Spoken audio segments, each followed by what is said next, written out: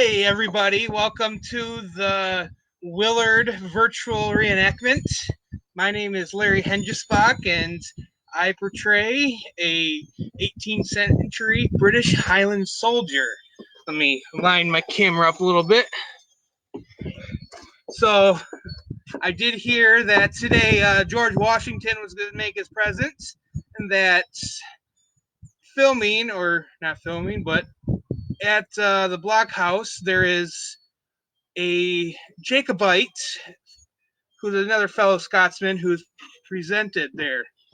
Many of us Highland soldiers were actually part of Culloden. However, we have given our loyalty now to the crown. So if he would like to get a pardon and declare his loyalty to the king, he is most welcome to do it, and I'll have all his misdeeds pardoned, especially if he turns over George Washington.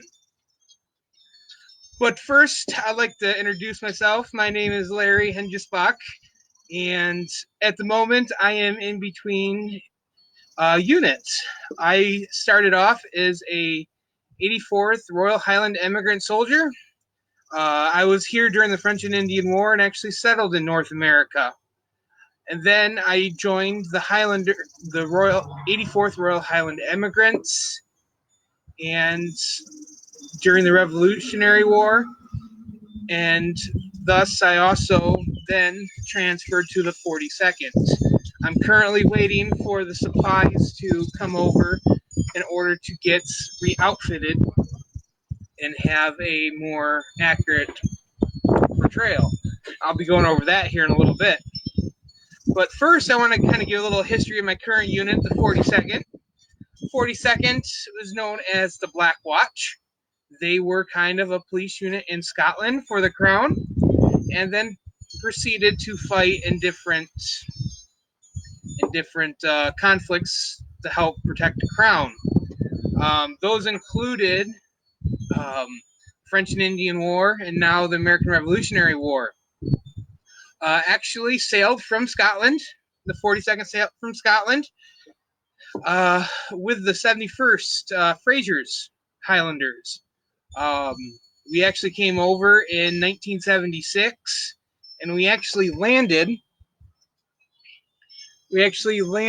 at New York and participated in the Battle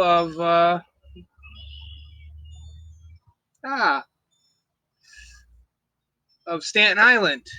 So yeah, so we actually pushed George Washington and the colonials out of New York. We thought we may have had a break and could have ended this conflict pretty quickly, since a lot of the Continentals or colonials perished in the swamps. However, they were able to make their escape and to regroup, unfortunately, which meant that we had to continue this horrible, bloody struggle.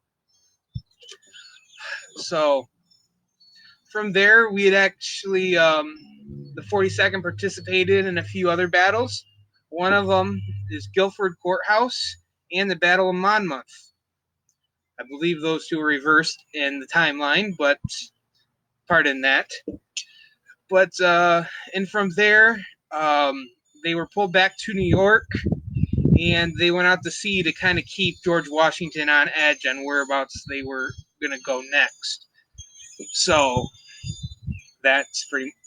So yeah, that's the Highlanders, the 42nd in North America. Like I said, there was other Scottish regiments that took part in the Revolutionary War. Those were as I mentioned earlier, the 71st Highlanders and also the 84th Royal Highland Emigrants. 84th was actually two battalions. You had 1st Battalion, who was led by the founder of the 84th, Alan McLean. Alan McLean was a Jacobite. However, he did serve the crown. It is also rumored that his unit in in one of the very early battles of the war, Battle of Quebec, actually shot and wounded the traitor Benedict Arnold right in the rear. Yeah, it's reported he went riding by, and the Highlanders seen him, pulled up, shot, and he was wounded in the rear. So, yes, not only is he a traitor to the Continentals, he's also a traitor to the Crown as well. Many of us refer to him as that. So, they were, the 84th also, like Battle Fort Quebec, was along the trade routes. 84th was along all the, like, Fort Niagara, Fort Detroit, Fort Mackinac. So, any of you ever make it up this far north and go and ever been to Fort Michilimackinac, 84th was there. We actually did a lot of maintenance work and did a lot of building. So, with that, kind of go over a little bit of my uniform. So, as you can see, I am a red coat. I am part of the Crown. So, if you see these blue lapels, this meant that we had favor with the Crown, and we got our pay, and we got a cipher from the Crown. So, and again, notice the red coat. The red coat was not to make a big target. No, the red coat was a sign of wealth. So, because red dye was expensive, the British Army outfitted us in a very expensive-looking uniform, so it would intimidate. So, again, going back to our Scottish heritage, we have a tam, our Highland bonnet. We have, you can see the kilt. Now, only soldiers, Scottish soldiers that fought for the Crown were allowed to have Scottish heritage. So we had pipers, which I hear you'll be hearing in a little bit. We were allowed to have our dirks, which was a personal item. We were allowed to carry the small little short knives we used to eat called, I believe, sidung. Those would normally be concealed or carried in our dice toes. So as you can see, as I heard earlier, it's showing the calf is a good sign. So I think I know why the Scots had very nice hose. Again, I have my waistcoat on, just like everybody was saying earlier. I got my regimental, which helped identify. And as you can see here, I don't know if I can zoom in. This is my old coat. You can see the 84th of the unit insignia. When I get my regimental for the 42nd, it will have a 42nd insignia on it. Again, also the lace. This lace here helped distinguish. Each unit had their own unique lace pattern. So again, I'm in straight lace shoes, which was the standard shoe of the time. Now I'll go over a little bit my armament and what I have, armament and what I would carry as a soldier. Now early on, Highlanders were issued a broadsword. This is a basket hilt broadsword that we could use in hand-to-hand combat if need be, and it was part of Scottish culture. Also on us was this is known as a dirk. A dirk is a short sword that a Highlander would carry. This goes back. This is part of the tradition. This is actually a personal item. It was a personal item that was carried and brought over with the soldier and was actually fought with and carried. Now, granted, you would use it as a edged weapon. However, you could also use it for utility work. We also had a belly box. This was an 18-round belly box that we actually carried our rounds in. So other British soldiers would have a box that came over here on their right. So when they went through the firing procedures, it's easy to grab a round. But again, Highlander had a belly box that they carried their rounds in. I don't know if you can see, but here is a camp axe. This was used for doing utility work, doing brush work, etc. So we could go and pound stakes in. We could cut up kindling. We could cut up firewood. Whatever we needed to do. Wasn't necessarily used as an edged weapon. Now we get down to the main part of our uniform. Earlier there was shown of cartridges being filled, and there was a brown bess. Brown bess was the primary weapon of the British Army, and it could be coupled with a bayonet. So now, when I put this bayonet on, because an even longer weapon and more like a pike. So when you seen a soldier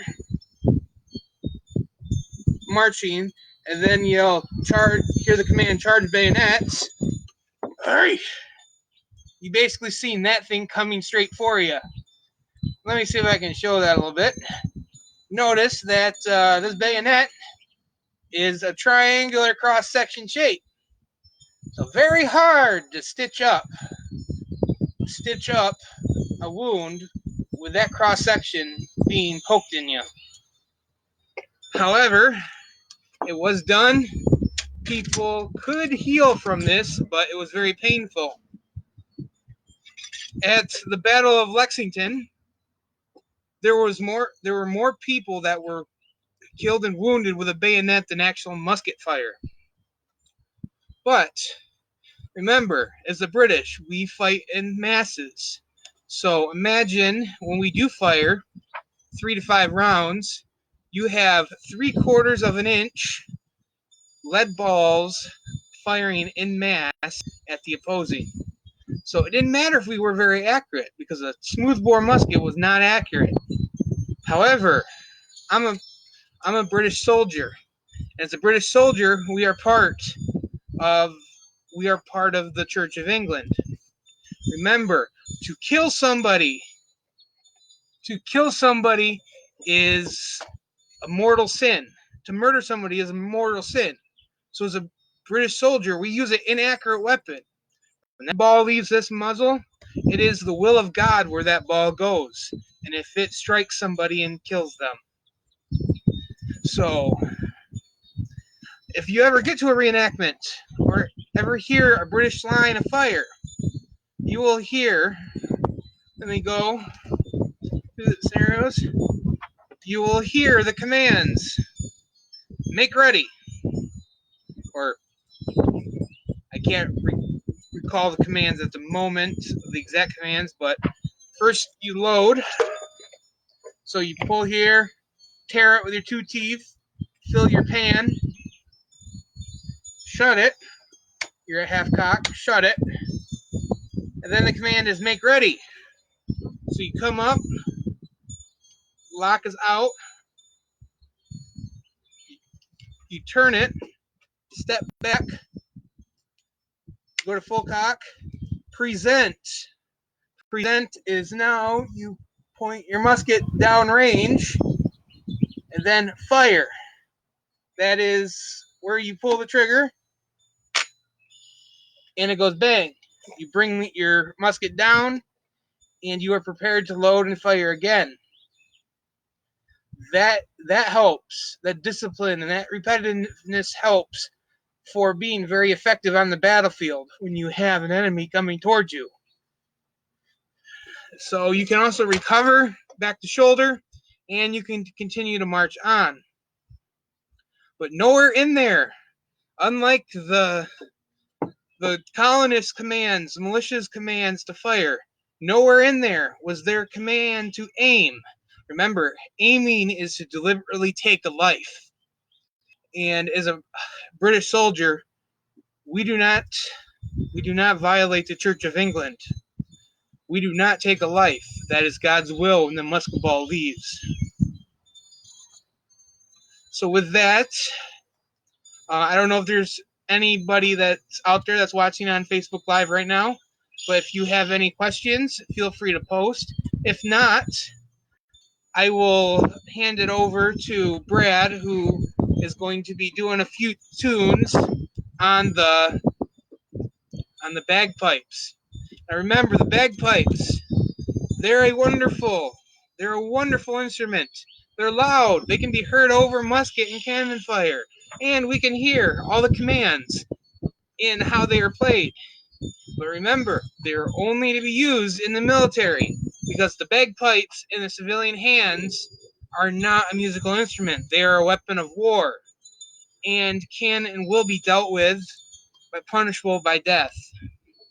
However, as a soldier, I have seen the world, I have traveled.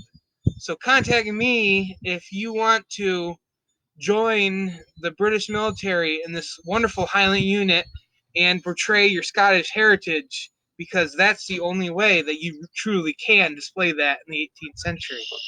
So with that, I hand it over to Brad and everyone back at the blockhouse. Thank you and have a wonderful day.